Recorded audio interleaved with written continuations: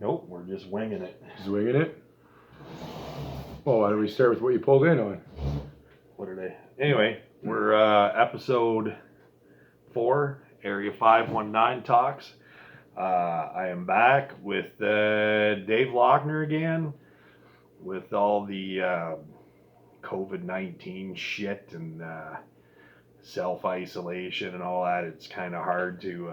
He tricked me into this. I did. I came to borrow his truck. And then he came within 6 feet of me and said, well, you're screwed now either way, so we might as well do a podcast. So I basically lured him in to do a podcast. If I die, this is all on you. Hey, if I'm going down, I'm taking you with me. Fair enough. So yeah, I came here to get Dave's truck. I need his truck for tomorrow for some other shit. And I said, so I roped him in and we're going to do a podcast. So we have... Speaking of COVID-19. Yeah, we're definitely... When he pulled in, I was working on my COVID-19 survival plan. Not in the sense of, like oiling my M16 and putting extra locks on the doors. I'm thinking more along the lines of people are going to survive through this. We're going to go through this. Oh yeah, we'll get through this. But I have a funny feeling there's going to be some interruptions in supplies of certain things. Like obviously toilet paper has been a big one. Yeah, that's I'm not making toilet paper yet. But what would you make toilet paper out of? Well, I got lots of wood. What about just old socks? Old socks would work, but they don't flush well. No. I was thinking of taking logs and just shaving them really thin. Shave them thin. Yeah. Toilet paper. Whatever. At any rate, no, seriously though, folks, I'm planting my gardens. I had flower gardens last year was my focus. Life situations changed, and we talked about this originally about planting Christmas trees and sweet corn. Yeah. I'm not sure about the Christmas trees now that this whole COVID thing's really taken off. And just focusing on veggies. You don't think it'll be gone by Christmas time? Well, my trees won't be big enough by Christmas time. Just it's a 5-year plan, remember? Yeah. Well, can you get some like fertilizer or something, like some bat shit? Super fertilizer, yeah. Like that weird bats where this whole fucking shit came from. Get some of that spicy bat shit. You get that might work. Christmas COVID trees. Christmas trees. COVID Christmas. COVID. So what are we planting out here? Well, it's early season still. Obviously, it's beginning of April, so it's a lot of cold weather stuff. I got carrots in today. I got peas in. I got spinach in.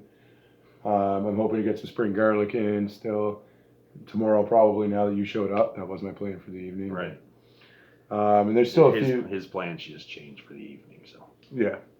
The reason why we're, looking... to the left is because we're actually Dave has a window right here, and we're actually we can see his gardens from where we're sitting, so that's why we're looking that way. So it's starting on it now, and a lot of this stuff like the peas they'll die off as soon as it starts to get warm, about late May when it heats up. Right. And you can pull all the peas out then, and then you can plant something else in place of them. Okay, what's that called when you can plant something and then you replant? You're thinking of succession planting. Oh, okay, that's not. No, succession planting is like where you take peas and you plant every 2 weeks. Oh, okay. So from now for the next month, I can take peas and every 2 weeks plant them. Right. And then I have an elongated, more consistent harvest. Oh, okay. I'm sure there is a term for planting something and then pulling it out and planting something else, but I'm not sure what it is. Okay. So you're planting vegetables for COVID-19 to sell to local people and for myself as well. I always planted some for myself, enough for myself. Right. But I'm thinking a lot of people are thinking a lot more localized now. Yeah. And there could easily be interruptions in if the food land in Bayfield gets COVID in it, they're going to have to close it for a while. You think they just close the whole grocery store? What else are they going to do? Because one person. Well, one person got it. Who else in the store has it? The symptoms don't show up for 4 days. So if one employee has it, there could be 3 other employees that have it that sat together in the lunchroom, and they don't know for 4 days. So for 4 days, they could be spreading it to everyone. They're doing it with liquor stores in Toronto. One person gets it in a liquor store is closed. It's so fucky how this is, what's happening right now. I did a podcast by myself. Mm-hmm. I watched it and I shared it. Last Thursday. And everybody should share his podcast. Yeah, and it's just, it's just so bizarre, like what's going on right now. Like I'm still working. I'm not. Like you're closed? We've been closed for a week and almost 2 weeks. We actually closed a few days before we were ordered to close because we're non-essential by a long shot. No, not at all. And not only did we close before they ordered us to, the reason we closed, well, there's two reasons. One, it was becoming the socially acceptable thing to do, and we didn't want to right. spread the virus in any way or be a contributor to that. And two, we had nobody coming through the door anymore. Right. So are you still working in the shop? We're still working at the shop. All our orders have been postponed. Right. A few of them canceled, but most of them postponed until this is over. So we're caught up on orders. We have one order left to complete.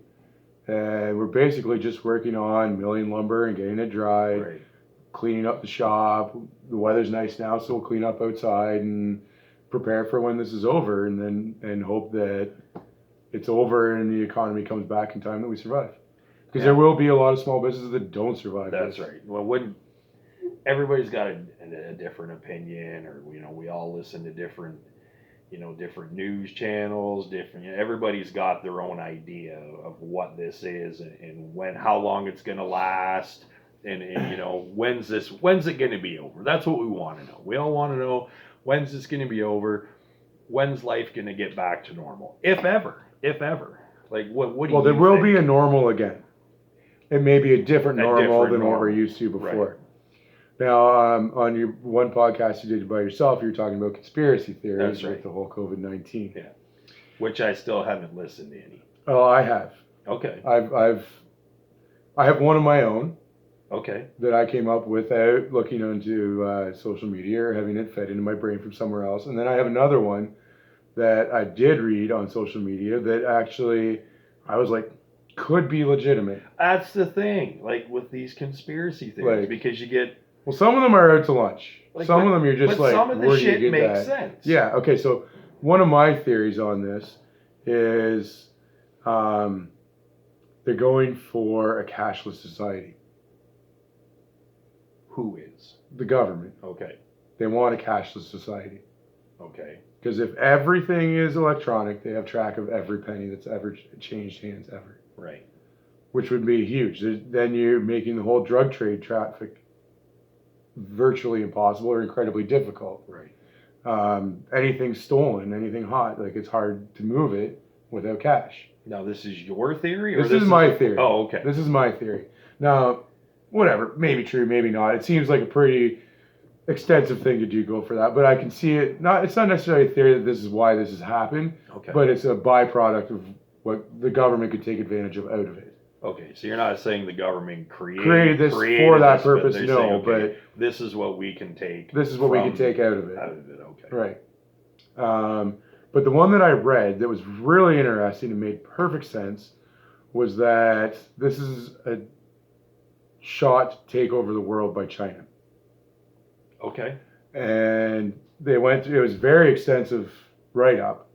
And when I read it, everything lined up. I mean, it started in China. Right. And I haven't seen the video, but they talked about a video where the leader of China, I don't know his name, I forget it, walked through Wuhan. Wing Pong Pang? Yeah, something like that. Ching Chang Tong. Right. Walked through the streets of Wuhan at the height of the epidemic there. Okay. And all he had on was a bottom-of-the-line cheap paper mask that would not have done anything. Right. There was no disinfecting, there was no suit, there was no nothing. And the only theory on why he would be so brave as to do that in the epicenter at the peak would be because he'd been vaccinated. So the theory is that China wants to take over the world. China can't just take their military and go against the U.S. They'll lose. They know it. Right. The world knows it. But the way they could do it is to start this epidemic in China. And there was actually major parts of China that didn't suffer from this at all. Okay. And the majority of Russia didn't suffer, hasn't yet, from this. Right. And China is a major ally of Russia. Okay. Or Russia, whatever. So they start it there and then spread it to the world. Right. So as it's running rampant in Europe and North America, destroying our economies. Okay, I see. I think I know where you're going. They're already recovered. Right. They're up and running. They still have financial stability. They have money. Mm-hmm. And what does the rest of the world not have? Right. Money. Right. So China's not going to take over in the fact that it's going to like walk in here and say, we're the boss. They're just going to start buying out companies as they go broke. Okay. Or a company that's like, oh, dude, I don't know how we're going to make it through this. And these Chinese companies are going to come in and be like, here, how about this? This will get you through. Mm-hmm. And they'll be like, all right, they sell out. And the next thing you know, they own all the major corporations. They're basically running the country because that's what the major corporations do now. In Canada, the United States, and every country in Europe. Right. So this is a bid to take over the world by China. That's and this. So you read this one? I read this one. Yep. Okay. And the numbers, the stats, everything. Like I didn't go and verify it. I didn't get footnotes on the sources, but it all makes sense. Even if you take away some of the facts, the idea makes sense. Okay. So what would a world run or governed by China? What would a world? How would that differ from what we have and what we know as our society here now? What's our society here based on now? Cheap crap from China. Right. If you took away all the cheap crap from China that we have, will there be no dollar stores? There'd be no dollar stores. And what is every kid's party filled with? Right. Stuff from the dollar stores. Okay. Why can we buy that stuff so cheap? Because people in China work 7 days a week. Right. For 12, 14, 16 hours a day. Right. For their whole lives. That's all they do. Right. I watched a whole documentary on this. And I mean, some of those people, they have kids and they see their kid 1 day a month. And it's in state care for the rest of the month. Well, mom and dad are at work. At work in the factories, making the cheap crap toys for Happy Meals, to fill Walmart, to fill the dollar stores, all that stuff. Okay. That's what our society would end up looking like. So okay. So you're saying that all that crap would be made here by us. And sold to us. Okay. We'd be buying our own cheap crap. Then they don't have to ship it across the ocean. Saves them a lot of money. Okay. Not only that, we have massive natural resources in North America. China, that's the one thing that China doesn't have is those massive natural resources. They don't have endless forests. No. They don't have, well, that's a big one, is the endless forests. Right. They don't have the oil. They don't have a lot of things that we do have in North America. Okay, so if China takes over, hypothetically, then that means there obviously be tons of jobs. Very low paying, low quality. What else do you think? Like, what else do you think would be? I think they'd rape a lot of our resources for their people. I think the whole thing would reverse. We'd end up making low quality crap here with our own resources, sending it over to China. Okay. And they'd have the dollar stores and the Walmarts, and we'd be working 16, 18 hours a day watching everything that's valuable in our country going overseas. Okay. That's just my theory. What about would there be an increase in rice in the grocery stores? Do you like rice? It's okay. I'm carb sensitive, so I get really fat. I don't know. Now we're getting into the deeper end of things. No, but it's an interesting theory, though. I thought it was, and I saw that one as valid because, I mean, it makes total sense. They can't take over the world in a physical, forceful sense. Right.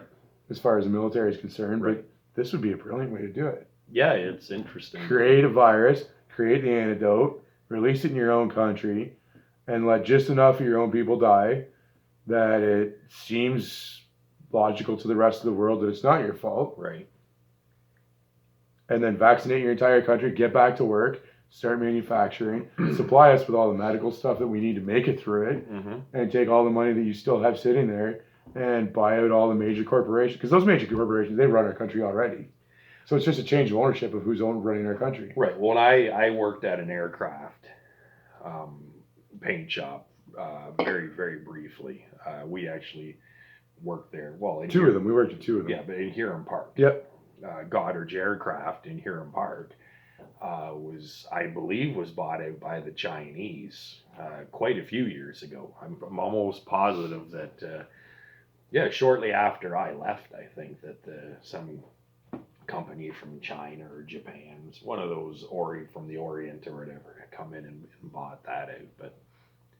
No, that's an interesting theory, but how long do you think this is gonna last though? Like before, we can, like go out on dates again. Oh, wouldn't that be nice? Like go out and take a woman out for I have know. a nice supper Which somewhere. I find now that brings up another. I've just been thinking about that. Or go to a movie theater, or go to a sport. Yeah, exactly. No, I see what you're saying. It's hard to say because you hear those advertisements on the radio where they're like, the more people stay at home, the sooner this is going to be over. That's right. But that doesn't really make sense because that just slows the spread. The whole idea is to flatten the curve, right? Correct. So we don't want a spike where it goes whoomp. We want to make it go like this. So the whole goal of like social isolation and staying at home is because we still need our essential services, and as long as we have our essential services, the definition of which at this point I don't agree with. However, as long as we have those, it's still going to keep moving around and infecting people, right? Right. As long as it exists, then people stay at home, and that curve just gets stretched out and stretched out and stretched out. Yeah. So staying at home actually makes it last longer. It makes it last, yeah. But what their concern is having that huge spike, spike, which and then your hospitals and everything just get overwhelmed, like what happened in reference to Italy. In reference to how long is it going to last? The more people stay at home, the longer it's going to last. I'm guessing 6 months. Well, I seen a thing on Facebook today, and I'm not saying go out and infect everybody. I'm just saying. But I seen a thing on Facebook today, and it said, if 90% of the people of the population stayed home, then this would last another, I think it was 4 weeks. And then it said if 80% of the population stay home, then it would last, I think it was 14 weeks. How does that work? I don't know. And then I think it was if 70% of the people stayed home, it would take, oh geez, I forget how long it was, but it was a stupid and ridiculous time. That doesn't make sense. And then they said right now 50% of people are staying home. Yeah, that doesn't make any sense at all. I don't know. That's just what I read today. Well, everything you read on the internet is true. Well, hey, the internet told me that whatever was on it was true. So the internet's a reliable resource. I'm not saying that's wrong. I'm just saying I don't understand it because I don't understand how in 4 weeks COVID can be gone. Well, I don't know. I don't get it. I don't get it either. I just want shit to go back to normal. Well, everybody does. And I wonder how this is obviously affecting a lot of things that we do and don't think of. And sometimes you got to think of things like dating sites. How is it affecting dating sites? Because you mentioned dating earlier, right? Yeah. Well, so you and I are both single. Mm-hmm. Why would we even go on a dating site right now? You can't go on a date, and you might not be able to for 6 months. That's true. So you can go on a dating site. You meet somebody on a dating site. You can do some FaceTime videos or whatever. But how does a relationship really progress if you don't actually ever meet each other? Can you do 6 months? And create a connection with somebody? I watched a video. I follow a guy on YouTube.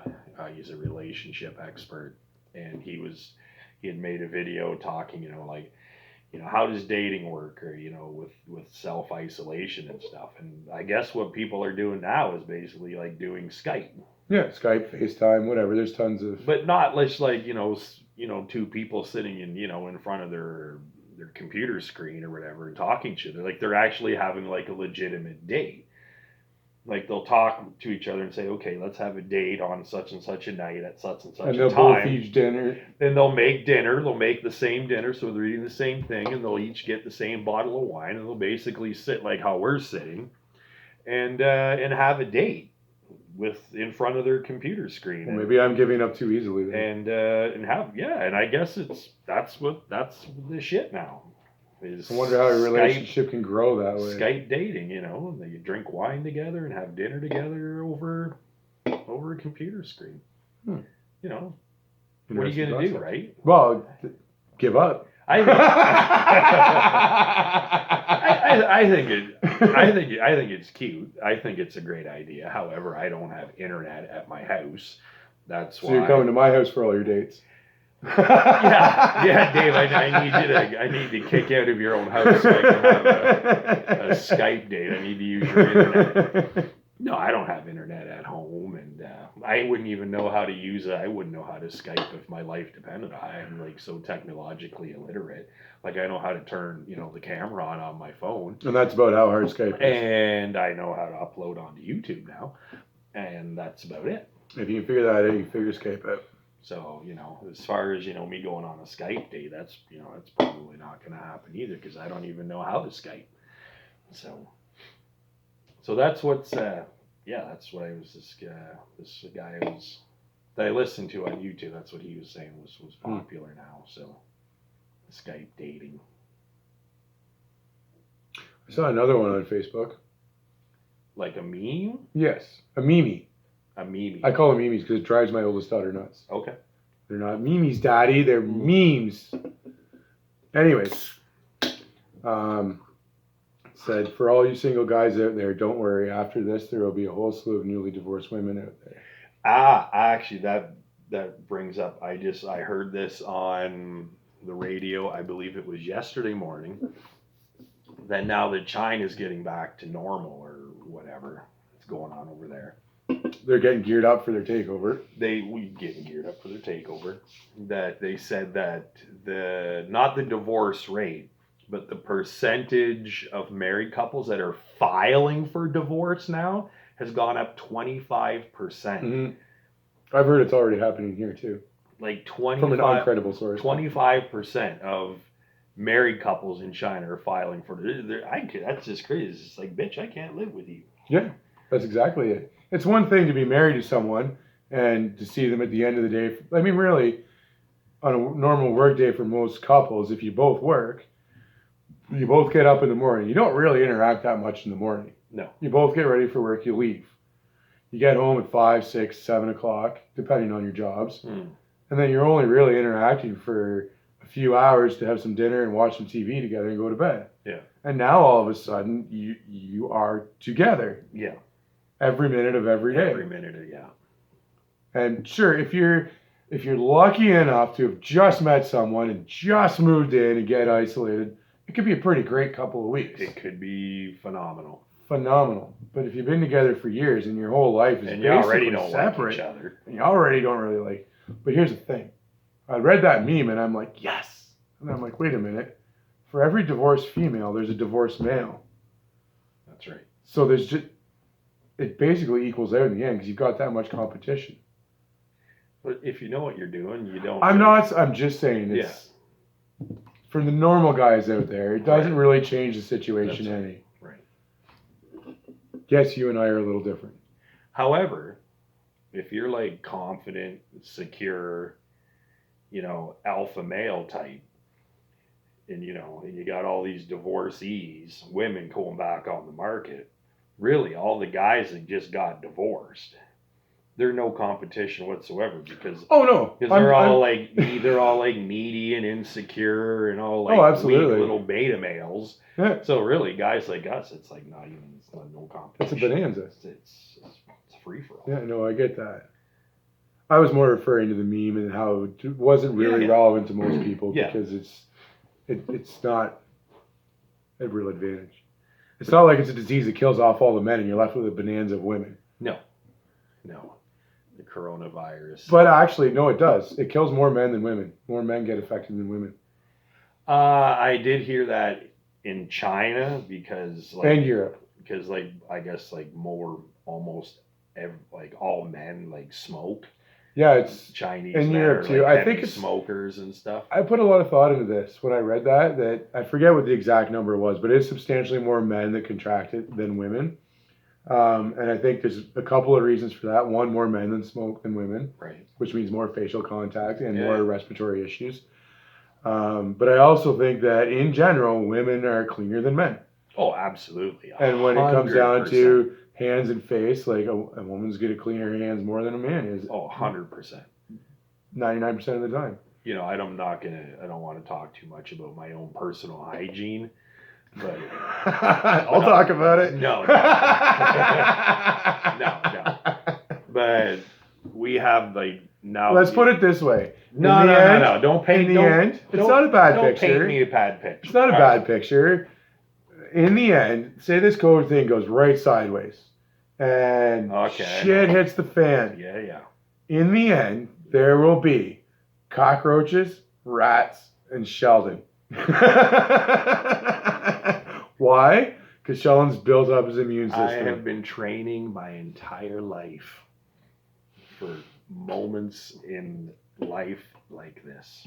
I have eaten so much questionable food. Like, I would leave mayonnaise on the counter for like days and still eat it. I remember when Sheldon was bodybuilding, he'd be getting ready for a show and he'd be on this chicken kick, chicken breast. And I always said to him, why don't you at least put some spices or herbs or something in there? Like, they don't have any calories. It adds whatever. Anyways, he would come home, put chicken in the slow cooker, turn it on for the night. He'd get up in the morning, turn it off, take the chicken out, take it to work. He'd get home, put chicken in the crock pot, turn it on, get up in the morning, take it out, turn it off, leave for work.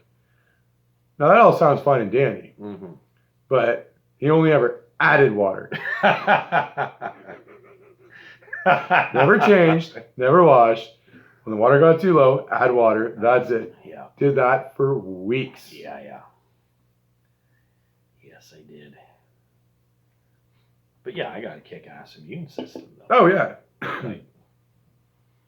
So yeah, the cockroaches, rats. But COVID's not even, it would walk in and just walk right back at it. Yeah, absolutely. My immune system would just like drop kick it in the face and be like, really? Come at me, bro. Come at me. Be like, ooh, fuck, we're going. We don't want Bruce Lee on that shit. Absolutely, 100%. Little white blood cells going all Bruce Lee on it. Is that what? It's a respiratory thing, though, yeah. right? Yeah. That's what they say. Gets in your throat and hangs out there for 4 days or so. Right. And then moves down into your lungs and then... I'm not too worried about it. Anyway, enough about the coronavirus. What are we doing? Here, this is the latest batch of smoked fish. We're gonna try some smoked fish. What is it? It's coho. It's all coho. Oh no, that's rainbow. Let's try it. It's from the latest brew strip. And tell me about that. Oh, you didn't go with us on the last one. No, it was the one before. The last time we went out, it fucking sucked, so I'm not going back. Oh, the last time was rough too. The water was crystal clear. There was heavy boat traffic because the weather was too nice. We had to work for all our fish. How many did you get? I got 6 and Nathan got 1. Wow. Only 1. Uh-huh. And it was like this. You got a little go home. Wow. How long were you out for? We were there first night and we stuck around until 3-ish. Okay. Yeah, we worked for it. That is. But this makes it so worth it. That is absolutely phenomenal. Tell me how. I really like this stuff here. Try a piece of that. It's almost like fish jerky. Okay. So if there's anybody out there, there's bones in that. Okay, I see that. Yeah. Share with the viewers how you smoke your fish and your process. Well, I actually use my Opa's recipe. Okay. Like, is this something we can share? Yeah, maybe, why not? Yeah, go ahead. People can do it. It's a pretty simple recipe. Basically, you just take water. Okay. An appropriate amount to soak the fish in. So we're just eating the bones? You probably could, these ones. There's a lot in there, so. No, they're fine. Take enough water to thoroughly cover the fish. Not just cover, thoroughly cover. Like in a bowl? I use a crock. Okay. An old school crock. A lot of people use plastic. You're going to see it. Yeah, see? Okay. I got various sizes for various size batches. Okay. I think aluminum will leach a lot of stuff on you. And Plastic, I'm definitely not a fan of for marinating anything. Okay. I think there's a lot of chemicals, even like glass. Anyways, put enough salt in or enough water in to thoroughly cover the fish. Add enough salt that an egg floats. Like table salt or like no, pickling salt. Pickling salt. Okay. So you got to be specific. Yep. Sorry, you're absolutely right. People are paying attention to this. Pickling salt. I just don't think about it. I just do it. Fish. Enough pickling salt to make an egg float. Now you got to make sure you have a fresh egg, because old eggs sink in water. Okay. So you need a fresh egg. And then I just add a generous amount of brown sugar. Okay. Let the fish soak for 12 to 14 hours. If you have really thin fish like the cohos, maybe a little less, unless you like it really salty. Yeah. This here was in about, I put it in at 1 o'clock in the morning. I pulled it out at 10 o'clock for the thin stuff. I put the thick stuff in for a little longer. Like this here is like you can definitely taste the salt, that it's not like overwhelming. Like it's not really, really super salty. Like this is like that's perfect. Mm-hmm. And then I put it in the smoker. I run it about, that's where I changed from what my Opa used to do, because they only had wood fired. Right. Now I have the advantage of electronics and I can control temperatures. Mm-hmm. So this beautiful piece of almost fish jerky, it's not quite. Right. It's chewy, but it's not tough. I put that in around 10 o'clock in the morning. I think I pulled it out at 9 o'clock at night. And I ran it for a while at 180, and then I dropped it down to 150 Fahrenheit. Now, what do you smoke it with? There's obviously different woods. Yep. Different No, types this of I generally stick to apple and cherry. Okay. This was done in cherry.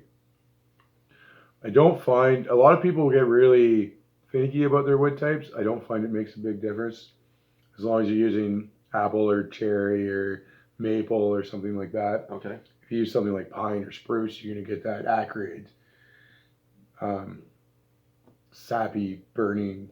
Okay. It'll taste like crap. Now, do you like? Is it like a sawdust or like a chunk of wood? Like how does that work? I cheat. I bought an electric smoker, and it's designed. I'd name them, but they have to give me promotional things first. Right. Anyways, it's designed that they have pre-formed sawdust pucks. Okay. And you can stack it up, so it automatically feeds one in every 20 minutes. But I found them way too expensive. I think a 12-hour smoke, you'd burn through $40 or $50 worth of pucks. Because every 20 minutes it's putting another one in. Wow. And they're ridiculously expensive. Okay, so that's, yeah. So the smokers are reasonably priced, but the pucks are abhorrently expensive. But it just uses an electric element to heat it. So all I do, because I have a wood shop and an endless supply of wooden tools, right, I just cut strips of wood and I put 2 strips on there. It takes a little longer to get smoking, but once it gets, so I have to preheat my smoker a little longer. But once it gets smoking, it does a great job, and it costs me next to nothing. Okay, yeah, that's super good. Yeah. On the weekend, Chris Lott called me. Mm-hmm. Then he complimented me on the podcast and how much he liked it and stuff. And he said that you're getting some hives. Yeah. I'm gonna try 1 for sure, maybe 2. He can tell me how many I need. Okay. But yeah, we're gonna have the veggie gardens and we're gonna have flowers and stuff out here. So I figured, why not go with honey too? Our friend, who I mentioned, he's a beekeeper. I don't know a whole lot about it, but he has a whole bunch of hives. Mass producer of honey in the area. Like, I forget how many hundreds of pounds of honey that he produces every year. And then on the side, he builds, what are they building now? Helicopters? The factory he works at? Well, he works at FEG in Stratford. Anyways, doesn't matter. He makes ball bearings for a living. I thought they were working, whatever. Some sort of, anyway, so you're getting bees, so you're going to start your own honey thing or whatever. Yeah. I mean, it's not so much that I want to start a honey thing. So just like your own personal. Well, personal, and if there's extra cell, I don't know. I mean, I got gardens that should have lots of bees. I never had a problem with bees here in the past. Like, we've always had phenomenal amount of pollinators out here. Mm-hmm. But I really like to have some of my own honey. Where are you going to put them? Wherever Chris tells me would be best to put them. Oh, okay. I guess he's the professional. Yeah. I have no idea. I mean, I got lots of different options here between prevailing winds and sun, and yeah. I don't have a clue where it would be appropriate to put them. Like, how many thousand bees do you think? I don't know. You're just going to let him show up and... He can show up and see the garden and see how many plants I have and how much space I have, and I wouldn't have a clue. All right. I do have the tomatoes growing in here. I was thinking about asking for 2 honeybees just to pollinate the tomatoes I have growing in my house. Like, just let them buzz around the house? Yeah. Just 2 so they don't get lonely. You gotta have 2. Have bees in your house to pollinate. Well, they've just started flowering, and what I've been doing is I've taken a Q-tip and I try to pollinate the flowers with a Q-tip. Does that work? I don't know. You don't know? The first flowers just closed up yesterday. Okay. So we'll see if they form a fruit or not. Like, I don't know if with tomato, because you open a tomato, it's got a whole bunch of seeds in it, right? Right. And I don't know if it's like you need one pollen, I don't even know what you call it. A spore? One pollen spore or one pollen atom or whatever. One pollen thingy for every seed that's in there. Or if it's like a human female's born, it only took 1 sperm. Right. But she's filled with thousands of eggs. Right. Like, I don't know. So anyways, I've been pollinating them for the last 3 days. The first flowers just closed up, and I'm anxiously awaiting. Every time I come home, I go over and check to see if a tomato's growing or not. Okay, well, I'm hoping it works. Like, on the other side of this camera, Dave's got his little indoor garden here, and he's got, like, those tomato plants are actually, those are like over 2 feet. Yeah, they're almost 8 weeks old. Okay. It'll be 8 weeks Sunday. But they started flowering just under 7 weeks. Okay. So first flower's been closed for, I think it closed yesterday. And I'm just... What'd you end up doing with all those tomatoes you grew last year? All kinds of people took them. Oh, you did? I sold some, and some people took them and made salsa and gave me, the one night you and I brought back the one that boss's wife made there. Yeah. It was a little spicy for me, but it was good. So not to get, maybe a little bit back in that direction, but how's the dairy farm? Is that being affected in any way whatsoever? It's been really funny. I don't know all the details, but as far as the labor force goes, everybody's still showing up, everybody's working. Right. Nobody's got sick, blah, blah, blah. But the financial aspect of it has been phenomenal. For one thing, the feed costs for him has gone through the roof. Okay. So you mean financial aspect phenomenal in a bad way? Overall, so far, it's been bad, yeah. Okay. The fuel costs are going down, but a lot of feed costs have gone up. And there were a lot of inputs that came from China, and those have gone up because the supply was interrupted. Right. And then there's also a major feed product in a lot of dairy and beef operations is a byproduct of ethanol, because ethanol is made from corn. That's right. And they feed a lot of, after it's run through and they take what they need for the ethanol, there's still a lot of good stuff for a cow left in there. Yeah. That gets fed to the cows. But with the price of oil having gone right through the floor, ethanol is no longer profitable. Okay. So they shut down all the ethanol plants.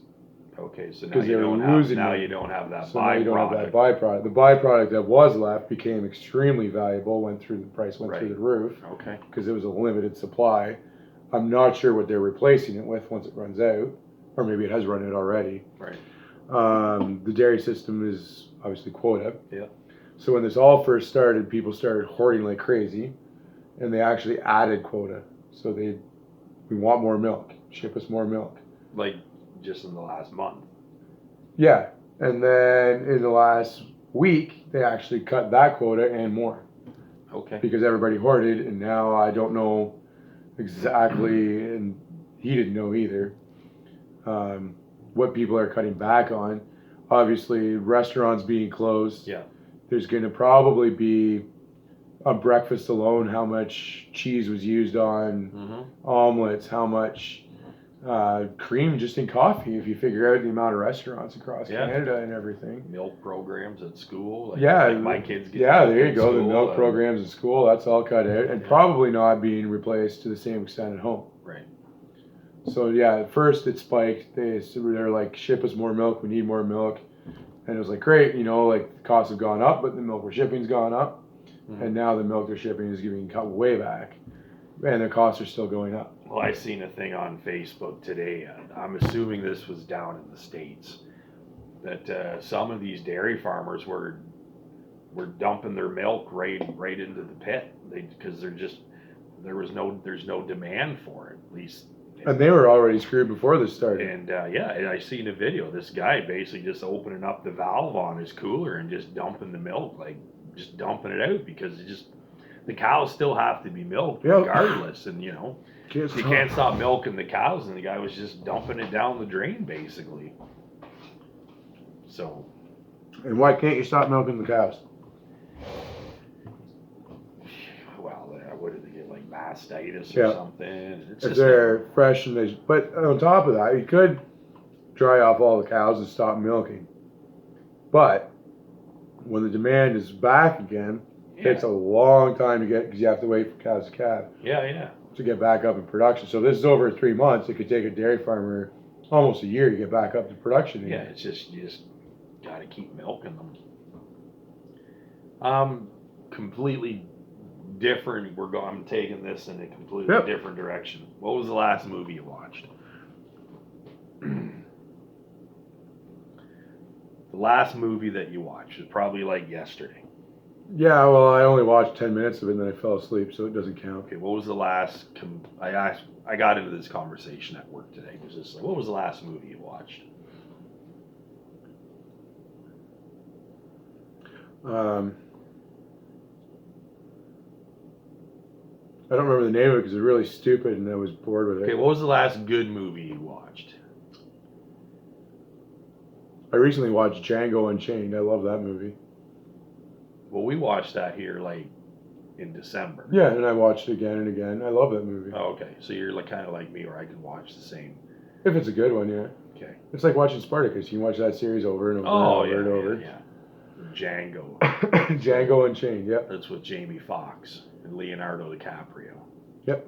Yeah. That's actually funny because the last movie I watched, I've been watching it all week. Like I said, I don't have internet. I don't have cable at my house. And you're too lazy to change the DVDs, so you just watch the same one over and over. I live very simple. I enjoy the simple things in life. So yeah, I typically, like, I'll throw a movie in my DVD player and I will watch that movie if I really like it. Sometimes weeks at a time. I'll come home, I'll watch an hour or however, a half hour, whatever, shut it off. The next time I'm watching, it just picks up where it left off. But see, that's the nice thing about watching the same movie over and over again, is you can sit down, watch 20 minutes, and then go make something to eat and come back. Yeah, that's right. Or go have a shower and come back. So anyway, the last movie that I've been watching is What's Eating Gilbert Grape? Also Leonardo DiCaprio. Don't know that one. You've never seen What's Eating Gilbert Grape? No. Phenomenal movie. Excellent movie. It's got Johnny Depp. Like, this is probably going back into the early 90s, mid 90s maybe. So Johnny Depp stars in it. Juliette Lewis, probably don't know who that is. And then Leonardo DiCaprio plays the little brother, and Leo plays beautifully, plays the character of like a handicapped, like mentally challenged little brother. And it's an excellent, super excellent movie with Johnny Depp, Juliette Lewis, and Leonardo DiCaprio. What's Eating Gilbert Grape? You definitely have to watch that. I watched one the other night, 3 nights ago, 4 nights ago. Doesn't matter. I can't remember what it's called. It's about a sheep farmer in the American Midwest. It's a cowboy movie. It's kind of a cheesy one. It's got can't remember his name. He's the guy from How I Met Your Mother. Always wearing a suit. Oh yeah. He's the mustache guy. Okay. You seen that one? Doogie Howser, the guy that played. Yeah, I guess going way back. That's a long time ago. Yeah, I can't remember the guy's name, but we all know who he is. It's a pretty funny movie. Okay. Yeah, because this guy, sheep farmer, loses a girlfriend, and then she starts dating the mustache guy, which is him, and then the whole sequence of things happens. It's pretty fun. It was a good movie. Okay. I can't remember what it's called. I think I know the answer to my next question, but I'm going to ask it anyway, just because it's fun. No. All-time favorite movie? Oh, Boondock Saints. Okay, I was saying. 1, not 2. And you have my number 1 at your house. I have both for of years. them. I have both of your. Yeah, well, you keep number 2. I just want number 1. Number 2's got like that hot detective. And that's the thing. That's the thing that makes number 1 so great.